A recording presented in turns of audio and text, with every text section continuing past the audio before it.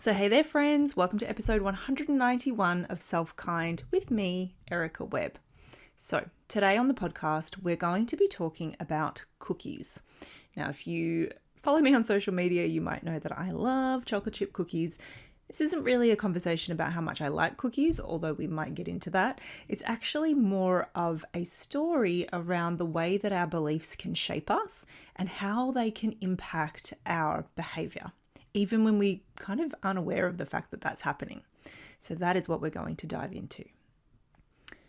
So we're talking about examining our beliefs through the lens of this story about cookies. But before we dive into that, I wanted to say, hey, I hope you're doing really great. My family and I have just returned from a little holiday. We took a bit of a road trip into a different state. We went into South Australia and went and saw some really amazing things. We saw some sinkholes and we saw some inactive volcanoes, not even inactive, extinct. We swam at the beach. We did a whole bunch of really fun stuff. And whenever I sort of step out of my ordinary environment, I'm reminded of how much self-kindness and self-care there is in being in awe of things.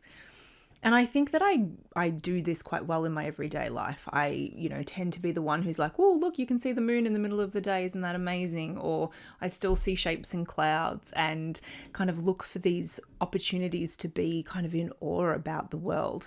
But I think there's something about kind of stepping out of your ordinary environment, like going on a holiday and seeing some of these cool things that remind you how much self-care there is in that practice. I think part of that is because it keeps you really present and mindful. And I think that when we're able to sort of be present to the awe that is outside of us, somehow it has this impact or this possibility of helping us to be in awe about ourselves as well, and these amazing bodies that we inhabit, these incredible brains that we have. And so just, little side note there about being in awe. I'm sure that the day will present itself with an opportunity, if not more than one, to be in awe of something today and, dive in. So let's talk about the cookie story. So when I was a young child, I liked cookies so much, I still do, that I would hide under the table and kind of like do that, arm creeping out from around the table to steal them off the table and then eat them under the table. And there was at least one incident where I basically ate myself sick with cookies. And so my parents implemented a 2 cookie limit. And so I grew up with this rule and idea that when one was to eat cookies, 2 was how many you had. Okay. So I didn't really give this much thought over the years. If I was eating cookies, I would have 2. If I decided to have more than 2, I would feel some level of guilt. It might not be like deep guilt, but there would be some level of like, oh, I should only be having 2, right? Don't have 3, don't have 4. Like, no. The rule is 2. And that has been like, I'm nearly 40. So this rule has been in place for like a long time. And I noticed the other day we went out for dinner and the person gave my kids little packets of Oreo cookies on the way out. And this packet of cookies was shaped as such that made me think it had 2 cookies in it. And later I found out that it had 3. And my first reaction was like, oh, that's too many cookies, right? Because in my mind, somewhere in the depths of it, 2 cookies is the rule. So did I actually care that there were 3 cookies? No. Did my subconscious kind of belief systems kind of jump up and be like, hang on, there's a problem here. This is not in alignment with the rules? Yes. And so what I want to parallel here is how these very arbitrary rules can lead us to do things or not do things without us even really knowing why, or that we're doing it at all. So if we think about this from the point of view of self-care practices, movement, we might have some rules that we've been taught, told, accumulated over the years that are truly just arbitrary. Somebody else's opinion, something that we read in a magazine, something that a parent told us, something that a friend told us. They can come from any number of places. But how do those rules, those very arbitrary rules, impact what you choose to do or not do, and how those things actually make you feel? So an example of this might be where we have, maybe somebody has said to us, oh, it doesn't count unless you're sweating. Oh, it doesn't count unless you're in pain. Oh, you haven't worked hard enough because you don't look like you're going to vomit yet. All of those sorts of comments are not unusual, and they definitely exist out there in the world. I think I've said it before, but one of the gyms that I used to go to in my 20s had a slogan painted on the wall that said, "Pain is weakness leaving the body." Now, if I had taken that message in, then I would look to inducing pain through exercise as being a very virtuous activity. Luckily for me, I looked at it and went, that's a load of crap. But we are susceptible to these messages. And so if I believed that pain was weakness leaving my body, then I would probably override what I sensed in myself to align myself with that belief, right? We might also do it when we kind of look at the clock and we're like, well, I only have 15 minutes before I go and pick up the kids from school or before I have that next meeting or whatever. That's not long enough. 10 minutes doesn't count for anything. And that might not be a really conscious thing that we believe, but it's in there as a set of beliefs that probably, coexists with others that is going to impact what we choose to do and how we choose to behave. And what I want to kind of posit or put out there today is, are those beliefs helpful still, right?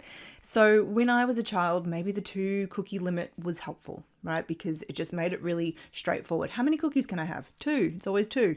But as an adult who gets to decide for herself how many cookies she wants, is it helpful for me anymore? Not really, because the truth is maybe I only want 1 cookie, but because my rule is 2, I'm going to pull 2 out before I even have any consideration for what I want, right? Maybe I want 4 of them. And that is going to be impacted by that belief as well if I'm not cognizant of it. The thing that's really interesting about that rule for me is that it doesn't matter how big the cookies are. The rule seems to still be 2. So whether it's like the tiniest little cookie you've ever seen or, like a jumbo size of your head cookie, in my mind, the rule is still 2. So woo, big cookie, awesome. Bonus. Like I get to have 2 and that's wonderful. Tiny little fingernail size cookie. Oh, I only get to have 2. Now I don't still follow this rule, but as I sort of suggested with that packet of Oreos, it's still in there, right? It's still in there and it's still kind of like creeping up and having its say every now and then. And so when you think about the things that perhaps you are struggling with or feeling challenged by, in regards to your movement practice, your self-care practices, my invitation for you this week is to check in and notice, are there some beliefs that are underpinning this that are no longer helpful? And the first step to shifting those beliefs is to know that they're there, right? We can't adjust or change or shift something that we're not even aware of. And so looking at it and being like, is there something that I believe here that is limiting me from what it is that I'm actually trying to move towards? So if I'm trying to move my body more often, but my belief is that it doesn't count unless it's 20 minutes or 30 minutes or an hour, or I sweat or I change into workout clothes or whatever the belief might be, then I am like really getting in my own way towards doing more movement. Because my belief is such that until I have an abundance of time, I can't take action. And so the awareness is the first part. We go, get curious. What beliefs are actually underpinning this resistance or this action or this choice that I'm making?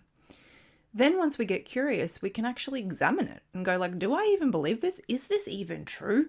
Is this what I want to believe? Right? Because the thing that's really interesting about these beliefs that sort of shape us or these beliefs that are perhaps a little bit more subconscious is that on a conscious objective level, we may not actually believe them. We may not subscribe to them. Like, do I objectively believe that 2 cookies is the perfect limit for every person? No.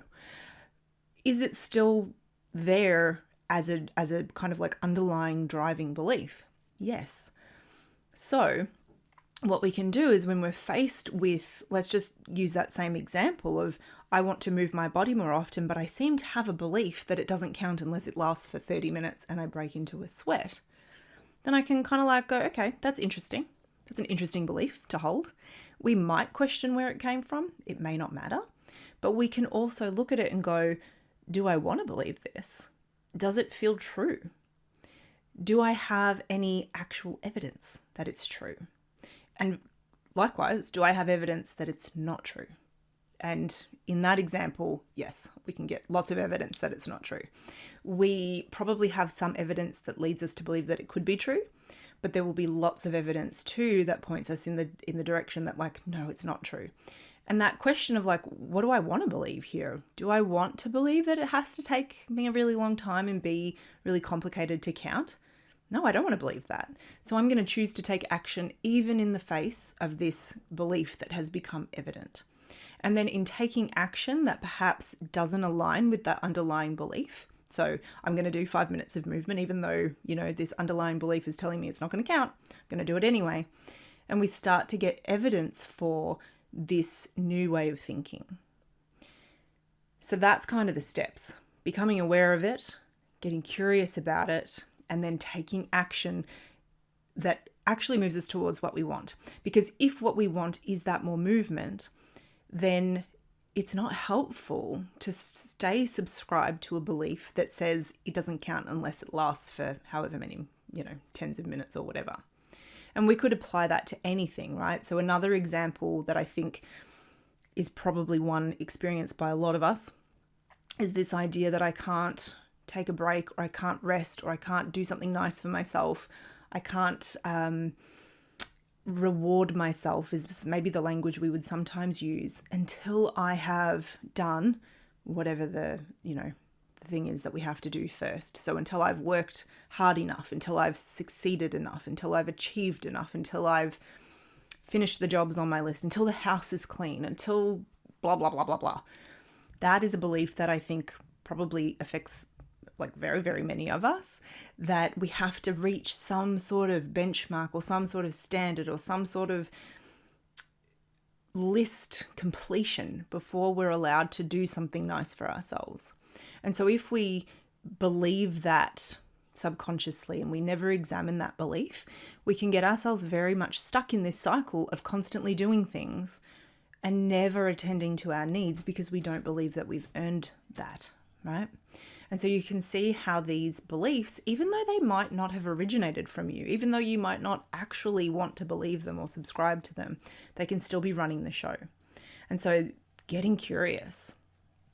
So as I said, my invitation for you this week is to look at something that perhaps you're trying to move towards and it's feeling hard, whether it be more movement, whether it be engaging in a particular class, whether it be, sitting to meditate, whether it be just engaging in some sort of self-kindness practice or self-care practice or going to bed earlier or drinking more water or whatever it might be.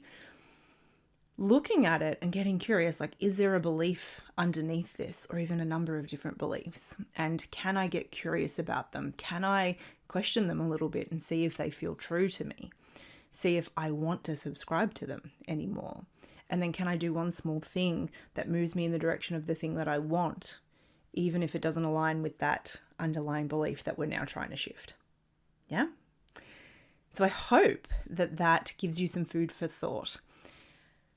Any reason to do an episode about cookies is a good one in my books, but I hope that example, I was thinking about this after seeing the Oreo packet. I was thinking, oh, this actually is such a great example because it's kind of trivial in some ways, although not necessarily, because our relationship with food is actually a really significant piece of the puzzle.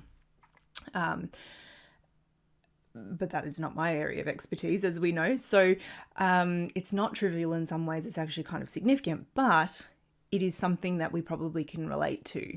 You might have similar kind of rules around kind of random things that you're like, oh yeah, I have this rule that, I have to, when I was a kid, I used to have a lot of rules around, like if I turned around one way, I had to turn around the same number of times in the other direction to kind of like balance things out. And I think we often as kids have these funny little rules.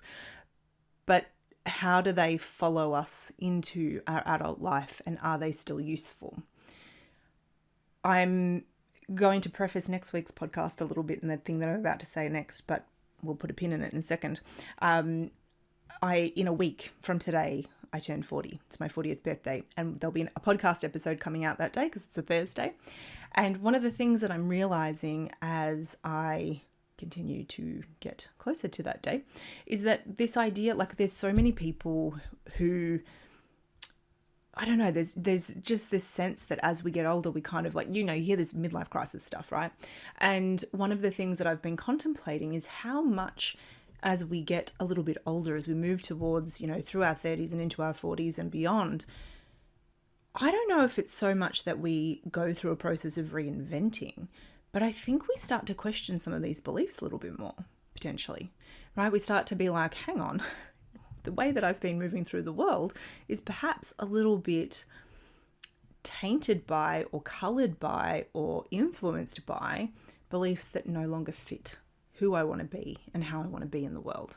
So we're going to talk about that more next week, but I think this is one of those examples of that, right? Like, do I want to live my life through the lens of I'm only allowed to have 2 cookies, or I have to have 2 cookies if I'm having cookies? Do I want to live my life through that lens of it only counts once I've, ticked off my entire to-do list, then I'm allowed to care for myself, or that it only counts if it takes me half an hour and I break a sweat? Do we want to subscribe to those things anymore, or do we want to choose something new? Yeah. So stay tuned for that. That's coming next week. And until then, I would love to hear your thoughts. You know that I love to hear from you. So if you're watching on YouTube, you can leave a comment below. If you are listening to the podcast, come and share your thoughts with me over on Instagram. You'll find me at Erica Webb _SelfKind. And if you're not already subscribed to my mailing list, I'm going to throw that one out there this week. I would love to have you on there. I share more in my emails as well. I send out reminders about the podcasts as they come out as well. It's all in the same newsletter, so it's just one a week. And that's where you can kind of stay up to date with everything that's going on in the world of self-kindness. So I will pop the link to that in the show notes, but you'll find the link to sign up to that on my website or in the show notes as well. And I will look forward to talking to you again next week. Take care.